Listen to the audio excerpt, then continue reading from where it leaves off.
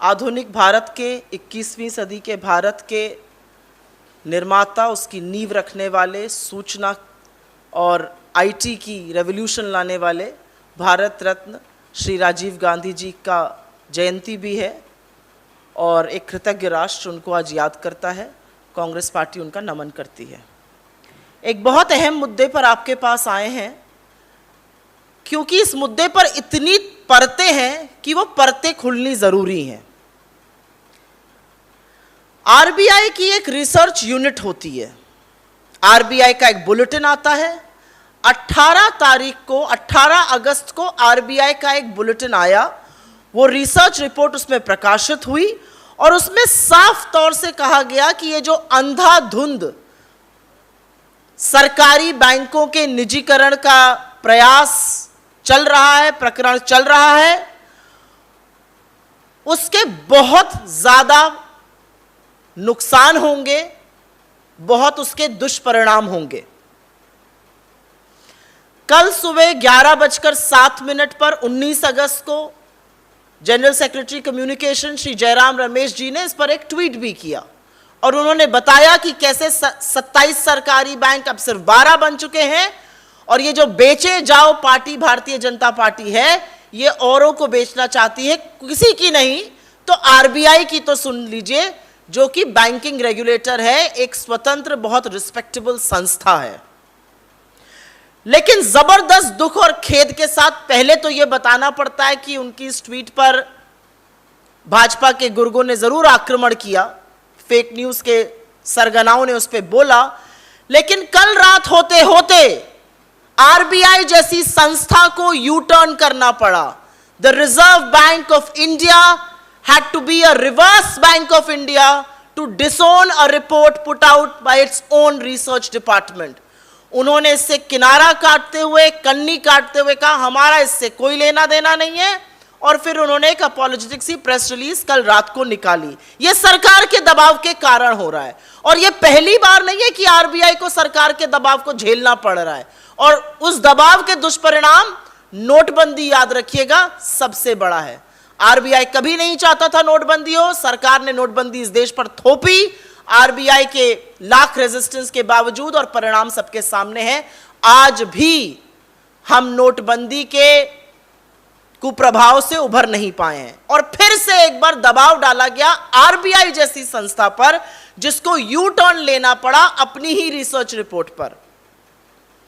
यह research report आपकी जानकारी के लिए बता दूं, उनका कहना है a big bank approach of privatisation of public sector banks may do more harm then good. यह सरकार को तो चेतावनी थी ही। एक एनसीएआर की एक रिपोर्ट आई थी जिसको सरकार बहुत मानती है, सरकार के चुने हुए इकोनॉमिस्ट उसमें, जिन्होंने कहा था एसबीआई को छोड़ के, भारतीय स्टेट बैंक को छोड़ के सब बेच डालिए, इस बेचे जाओ पार्टी को और बता रहे हैं क्या क्या बेच दीजिए। अब दिक्कत की बात क्या है? दिक्कत की बात यह है कि ये जो पूरी प्रेस वार्ता थी हम करना चाहते थे रिसर्च रिपोर्ट पर, लेकिन अब खेद प्रकट करते हुए हमें यह पूछना पड़ेगा कि आरबीआई पर दबाव क्यों बनाना पड़ा, रिजर्व बैंक ऑफ इंडिया को रिवर्स बैंक ऑफ इंडिया क्यों बनना पड़ा, यह पूछना पड़ेगा। यह विडंबना कहूं, दुख कहूं, दुर्भाग्य कहूं कि जो आरबीआई कहता था कि बैंक नेशनलाइजेशन 1947 के बाद आजाद भारत में एक सबसे अहम डिसीजन है, आज वही आरबीआई अपनी ही रिसर्च रिपोर्ट को से किनारा कर रहा है। तो रिसर्चर आरबीआई के हैं लेकिन रिपोर्ट आरबीआई की नहीं है। ये नई दिल्ली से संचालित जब चीजें होती हैं तो उसका परिणाम है। खैर, इस रिपोर्ट ने जो बातें कही हैं वो सार्वजनिक रूप से बतानी जरूरी है। जैसा कि मैंने पहले ही कहा कि 27 सरकारी बैंक घटकर 12 हो चुके हैं और उसका परिणाम देश भुगतेगा। सरकारी बैंकों का क्या काम है? यह रिपोर्ट बिल्कुल साफ तौर से कहती है कि इफेक्टिवनेस, एफिकेसी, एफिशिएंसी के तौर पर अगर आपको सरकारी बैंकों को आंकना है तो आपको यह देखना पड़ेगा कि सरकारी बैंक सिर्फ लाभ कमाने के लिए नहीं है, वो एजेंट्स ऑफ चेंज हैं, एजेंट्स ऑफ ग्रोथ हैं, एजेंट्स ऑफ डेवलपमेंट हैं। पंक्ति में खड़े अंतिम व्यक्ति तक बैंकिंग पहुंचाने का काम सरकारी बैंकों ने किया है। प्रायोरिटी सेक्टर लेंडिंग, जहां से प्राइवेट बैंक किनारा करते हैं, दूर भागते हैं, वो सरकारी बैंकों ने किया है। खेतिहर, मजदूर, किसानों सबको ऋण पहुंचाने का काम सरकारी बैंकों ने किया है। इंफ्रास्ट्रक्चर लेंडिंग का काम सरकारी बैंक करते हैं। और उसके बाद अगर सरकारी बैंकों की भूमिका पर सवाल उठाया जाता है तो यह रिसर्च रिपोर्ट ही सच बता रही है, जो हम काफी टाइम से कह रहे हैं। सरकारी बैंक ने फाइनेंशियल इंक्लूजन किया है इस रिपोर्ट के मुताबिक। इस रिपोर्ट में एक बहुत बढ़िया तथ्य, और ये हम आपके साथ साझा करेंगे, सारे ग्राफिक्स और जो इस रिपोर्ट के आकलन है।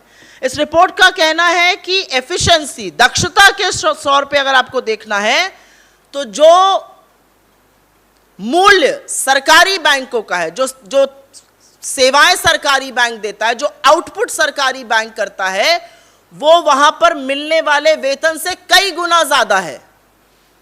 तो इवन ऑन कॉस्ट इफेक्टिवनेस सरकारी बैंक अपने प्राइवेट काउंटर पार्ट से बेटर है।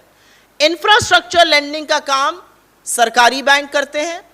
40% इंफ्रास्ट्रक्चर लेंडिंग का जो गोल होता है, जो प्रायोरिटी सेक्टर लेंडिंग का गोल होता है, प्राइवेट बैंकों को भी मीट करना पड़ता है। इस मिथक को तोड़ने का काम यह रिपोर्ट करती है। यह रिपोर्ट कहती है कि प्राइवेट सेक्टर बैंक एक्चुअली अपना वो मानक अचीव नहीं कर पाते हैं, वो पीएसएल सर्टिफिकेट से अचीव करते हैं। और अगर आपकी परमिशन हो तो 30 सेकंड में मैं पीएसएल आम दर्शक के लिए, आम रीडर के लिए, आम जनता के लिए बताना जरूरी है। एक पब्लिक सेक्टर बैंक है, उसके पास बहुत सारे प्रायोरिटी सेक्टर लोन है, और एक प्राइवेट सेक्टर बैंक है जिसके पास प्रायोरिटी सेक्टर लोन कम है। तो public sector bank priority sector lending के सर्टिफिकेट इशू करता है एक फीस लेकर प्राइवेट सेक्टर बैंक को। वो लोन अभी भी पब्लिक सेक्टर बैंक का है, लेकिन वो सर्टिफिकेट होने से 40% का मानक जो एक मिथक है वो प्राइवेट सेक्टर बैंक अचीव कर लेता है। तो चाहे किसान हो, चाहे आम जनता हो, चाहे गरीब हो, लोअर मिडिल क्लास हो, इंफ्रास्ट्रक्चर हो, प्रायोरिटी सेक्टर लेंडिंग हो, सबको लेंडिंग करने का काम सरकारी बैंक कर रहे हैं, जिनको सरकार बंद कर देना चाहती है। यह रिपोर्ट आगे कहती है कि ग्लोबल फाइनेंशियल क्राइसिस के दौरान प्राइवेट सेक्टर बैंक से पैसा निकालकर पब्लिक सेक्टर बैंक्स में डाला गया, और यह कहती है कि if stronger PSBs had not existed, अगर मजबूत सरकारी बैंक ना होते तो ग्लोबल फाइनेंशियल क्राइसिस का जो इंपैक्ट है, उसका जो प्रभाव है, वो हमारी अर्थव्यवस्था पर और हमारे बैंकिंग क्षेत्र पर बहुत जबरदस्त होता। यहां पर इंदिरा जी को मैं याद करूंगी, और सिर्फ इसलिए नहीं याद करूंगी क्योंकि वो एक बहुत ही दूरदर्शी नेता थी, पर इसलिए याद करूंगी क्योंकि उन्होंने बैंकिंग की मोनोपोली को तोड़ने की हिम्मत दिखाई थी। उन्होंने बैंकिंग, जब बैंक नेशनलाइजेशन हुआ, जब बैंकों का राष्ट्रीयकरण हुआ, तो उसका सोल एम था कि कुछ लोगों के हाथ से पैसा निकालकर गरीब, गुर्बत, किसान, खेतिहर, मजदूर तक पहुंचाया जाए। पहले लेंडिंग सिर्फ सेलेक्ट बिजनेस हाउसेस को और कुछ ही लोगों को होती थी। बैंक नेशनलाइजेशन के बाद लेंडिंग और बैंकिंग का जो काम है वो अंतिम पंक्ति के व्यक्ति तक पहुंचा, और इसीलिए एक जमाने में आरबीआई कहता था कि 1947 के बाद, आजादी के बाद, आजाद हिंदुस्तान में बैंक राष्ट्रीयकरण एक सबसे महत्वपूर्ण कदम है। आज उसी आरबीआई को सरकार के दबाव में अपने रिसर्चर की रिपोर्ट को से किनारा करना पड़ रहा है। एक और बात, और ये अंतिम बात है जो हम कहना चाहते हैं, एक ये मिथ फैलाया जाता है, सरकार के कुछ इकोनॉमिस्ट बैठ जाएंगे, अधकचरे ज्ञान वाले प्रवक्ता आ जाएंगे, मंत्रियों की तो क्या ही बात की जाए, जो कहेंगे कि भाई इतना पैसा डालना पड़ता है, टैक्स पेयर्स मनी सरकारी बैंकों में। आपकी जानकारी के लिए बताना जरूरी है, और यह रिपोर्ट कहती है कि जो पैसा सरकार सरकारी बैंकों के कैपिटल इन्फ्यूजन में डालती है, सरकारी बैंकों ने पिछले कई सालों में, पिछले 14 सालों में ऑपरेटिंग प्रॉफिट उसका 4 गुना दिया है। तो जो टैक्स पेयर्स मनी के नाम से एक बबल फैलाया जाता है, उसको बर्स्ट करने का काम भी ये रिपोर्ट कर रही है कि ऑपरेटिंग प्रॉफिट जो होता है वो 4 गुना होता है सरकार ने जो पैसा डाला है उसके। तो tax payers money is actually being put to good use, लेकिन जो एनपीए राइट ऑफ किए जा रहे हैं और उसके बारे में जो एक मिथक फैलाया जाता है वहां पर टैक्स पेयर्स मनी जा रहा है। हमारी सरकार से 3 बड़ी डिमांड है और इस मंच से ये डिमांड करते हैं। हमारी पहली डिमांड है कि बिना विलंब किए, क्योंकि कभी सरकार कहती है 27 से 12 बैंक हो गए, फिर सरकार कहती है विंटर सेशन में एक कानून आने वाला था कि हम अपनी ओनरशिप हर बैंक में खत्म कर देंगे, फिर पता चलता है नहीं जी 2 बिकेंगे। तो सरकार एक व्हाइट पेपर इस देश के सामने लाए, व्हाइट पेपर पे वो बताए कि उनकी एक्चुअली बैंक राष्ट्रीयकरण की मंशा क्या है।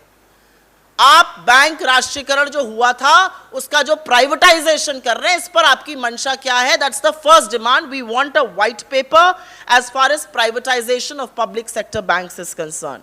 हमारी दूसरी डिमांड, और ये इस मंच से हमारे नेताओं ने अनेकों बार कहा है, ये जो संस्थाओं को भयभीत करने का, संस्थाओं पर दबाव बनाने का काम किया जाता है, ये बंद होना चाहिए।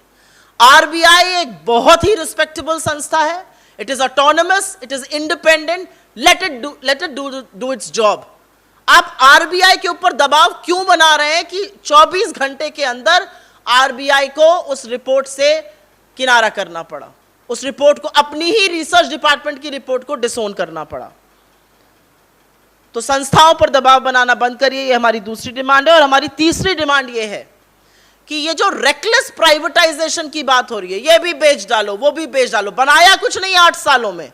70 सालों का जो हिसाब मांगते थे वो बेच वो ही रहे हैं जो 70 सालों में बना था। तो ये जो बेचे जाओ पार्टी है, थोड़ा ठहरे, थमे और सोचे कि इस रेकलेस प्राइवेटाइजेशन के परिणाम क्या होने वाले हैं, लोगों की नौकरियों पर, लोगों की आय पर, सरकारी संस्थाओं पर इसके क्या परिणाम होने वाले हैं, सोचे और उसके बाद उस पर भी एक व्हाइट पेपर प्रस्तुत करें।